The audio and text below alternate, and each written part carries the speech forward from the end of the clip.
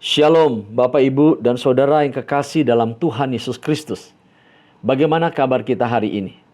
Saya percaya bahwa Allah sumber damai sejahtera senantiasa menjaga dan melindungi kita sekalian. Senang sekali hari ini saya bisa menyapa Bapak Ibu sekalian dari media online. Bapak, Ibu, dan saudara-saudara menjalani hidup di tengah-tengah situasi saat ini bukanlah hal yang mudah. Dibutuhkan ketangguhan iman kita, dibutuhkan kekuatan percaya kita kepada Allah sebagai sumber kekuatan kita.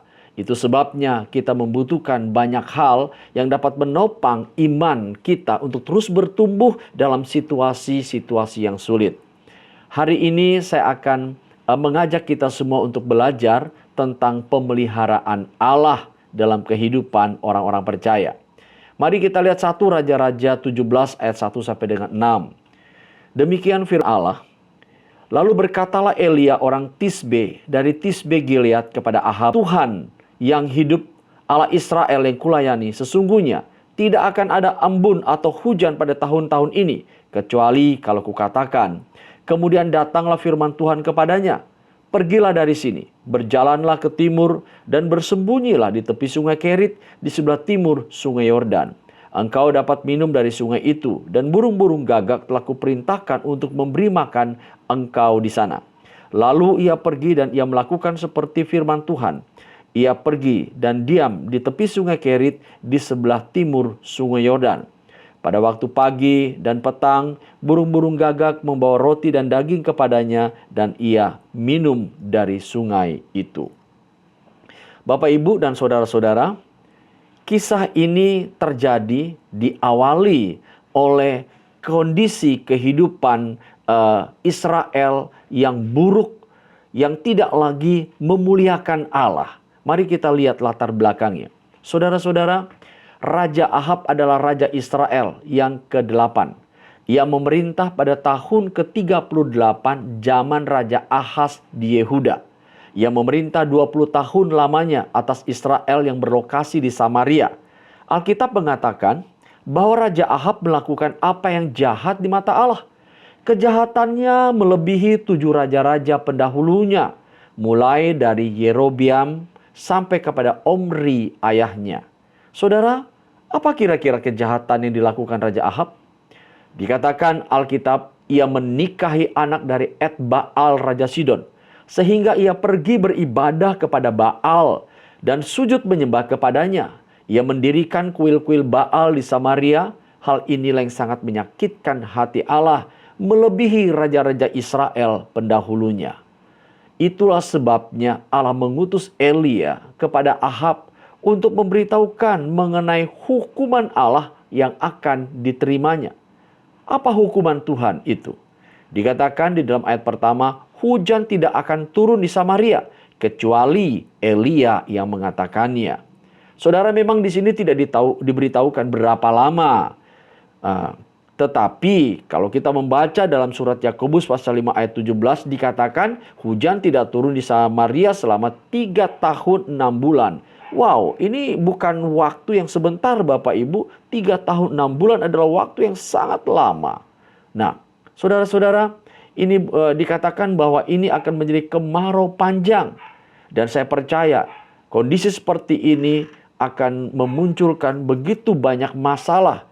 Kekeringan, kemarau panjang akan membuat banyak bencana yang akan terjadi di sana. Saudara, dari kisah Elia menyampaikan hukuman Tuhan kepada Raja Ahab, apa yang dapat kita pelajari? Yang pertama adalah bencana kekeringan yang melanda Samaria disebabkan oleh dosa orang-orang Samaria. Apa dosa orang-orang Samaria? Karena Raja Ahab telah beribadah kepada Baal, maka ia membawa semua rakyatnya pun beribadah kepada Baal. Ya, dosa penyembahan berhala inilah dosa yang dibenci oleh Allah, dan ini dilakukan oleh orang-orang Samaria. Bapak, Ibu, dan saudara sekalian, jika kita perhatikan terjadinya COVID-19 di dunia kita hari ini, bisa saja diartikan sebagai teguran Tuhan kepada umat manusia akibat dosa-dosa yang telah mereka lakukan. Seperti dalam 2 Timotius 3 ayat 2 sampai dengan 5 dikatakan, inilah penyembahan berhala di zaman sekarang ini. Yang pertama adalah cinta diri sendiri.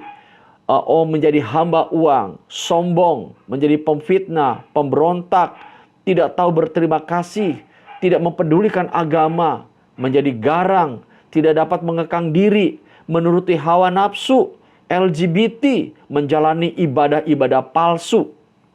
Nah, saudara, dengan kondisi seperti ini, dikatakan bahwa Tuhan mau agar kita, umat manusia itu sadar dan berbalik mencari Tuhan. Merendahkan diri kembali di hadapannya. Teguran Tuhan ini sangat keras bagi kita semua.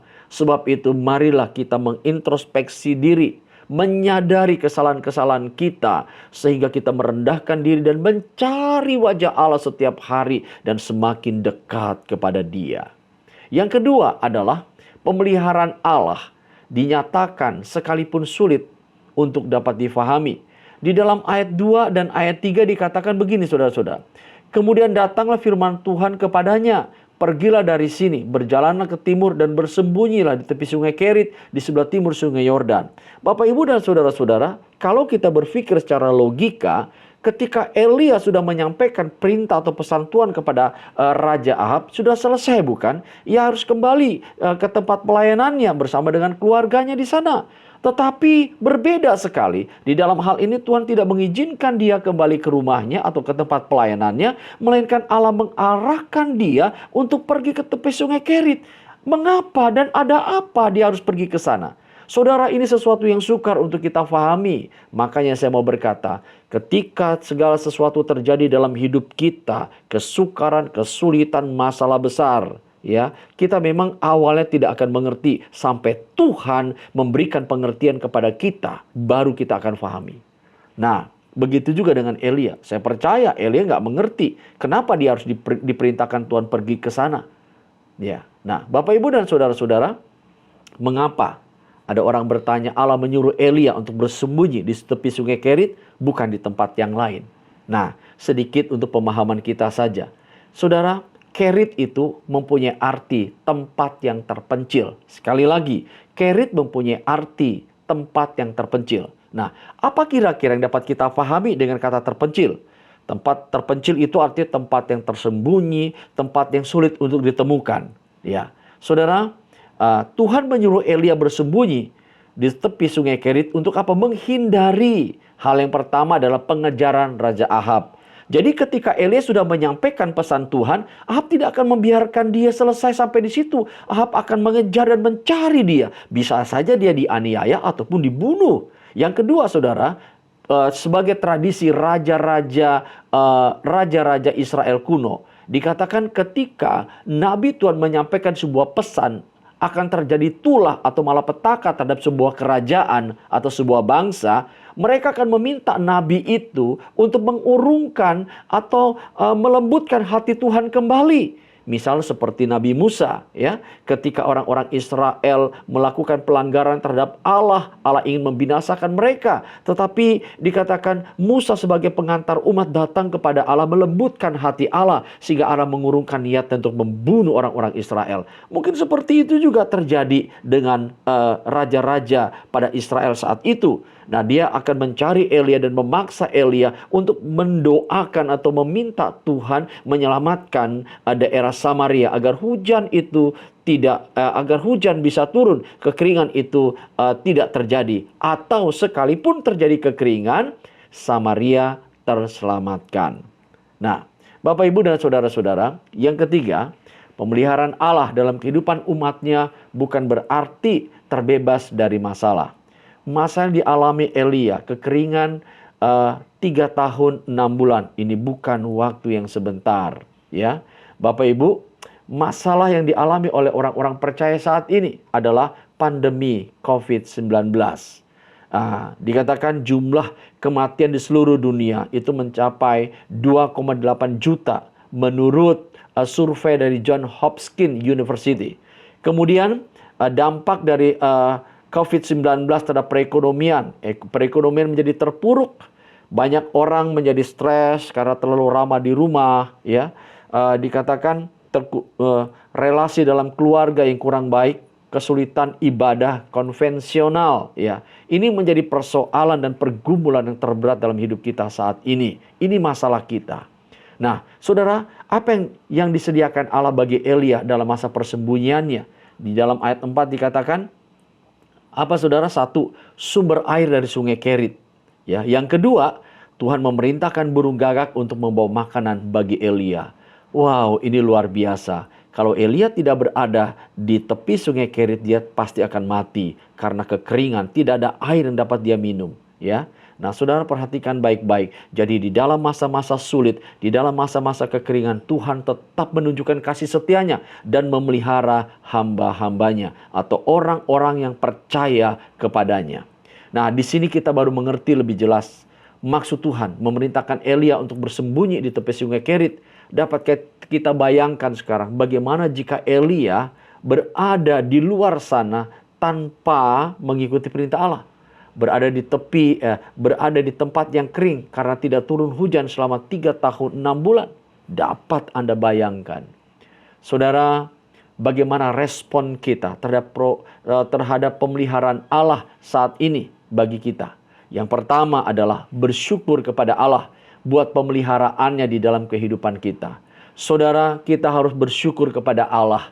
Pemeliharaannya itu luar biasa kepada kita. Walaupun kita sekarang mengalami banyak kondisi sulit, tetapi pemeliharaan Allah nyata. Anda dan saya masih diberikan tubuh yang sehat. Kita masih bisa makan, minum secara baik. Kita masih bisa beraktivitas. Walaupun tidak banyak hal yang masih bisa kita kerjakan. Tapi kesehatan merupakan hal yang penting, yang pantas kita syukuri kepada Allah. Keluarga kita dilindungi dan dijauhkan dari mara bahaya. Itu juga sebuah anugerah yang besar bagi kita. Ya. Yang kedua adalah tetap setia beribadah kepada Allah sekalipun ibadah online. Banyak orang berkata, Pak, saya menjadi bosan, jenuh karena mengikuti ibadah secara online. Sekalipun saya bisa ikut bertepuk tangan, memberikan pengakuan iman rasuli dan yang lainnya, tetapi tetap saja di dalam ibadah seperti membuat saya menjadi bosan. Nah, Bapak Ibu perhatikan baik-baik. Ini kondisi yang menuntut kita, yang mengubah kebiasaan kita. Dari ibadah konvensional yang tadinya di dalam bangku gereja, sekarang kita harus keluar ibadah di rumah sendiri, ya. Tetap tenang, nikmati dan syukuri saja. Ada waktunya kita akan kembali kepada ibadah konvensional di gereja. Saya mau katakan saudara, di dalam kondisi seperti ini kita tidak boleh berhenti. Harus tetap beribadah dan mengikuti ibadah. Kalau tidak, ini akan menjadi pertanda yang buruk bagi kita. Kita tidak akan mengenal pemeliharaan Allah dan melihat kasih setianya yang sungguh nyata di dalam hidup ini. Kita akan jauh dari Allah dan akhirnya akan membuat kita menuntut Allah melakukan segala sesuatu seolah-olah Allah tidak bekerja, seolah-olah Allah tidak bertindak dalam kehidupan kita. Ini akan memunculkan banyak problem baru dalam kehidupan keluarga kita. Hati-hati Bapak Ibu, setialah beribadah kepada Allah sekalipun ibadah online, ya. Setia di channel GKJJS supaya dapat terlihat, ya, agar Bapak Ibu juga bisa mengikuti setiap kegiatan-kegiatan di channel GKJJS ini. Bangun mesbah keluarga bersama-sama. Mungkin sudah lama kita tidak lagi melakukannya, tetapi sekarang adalah saatnya bangun mesbah keluarga di tengah-tengah keluarga kita. Kemudian persiapan ibadah new normal. Persiapan dengan sungguh-sungguh sesuai dengan protokol yang diberikan oleh pemerintah untuk menjaga kesehatan kita. Dan yang ketiga, sebagai respon kita akan pemeliharaan Allah adalah melayani Allah dengan lebih giat lagi. Mungkin selama ini kita tidak bersungguh-sungguh. Kita menjadi orang Kristen tapi tidak mau melayani. Tapi sekarang mari kita layani Allah dengan lebih giat lagi. Bapak Ibu ingat, bila Allah melibatkan kita di dalam pelayanan, hal itu bukan berarti karena Allah membutuhkan bantuan kita. Sebaliknya kita harus memahami kesempatan melayani itu sebagai suatu kehormatan bukan beban. Ingatlah bahwa pemeliharaan Allah itu nyata. Ia hadir sebagai Allah yang imanen.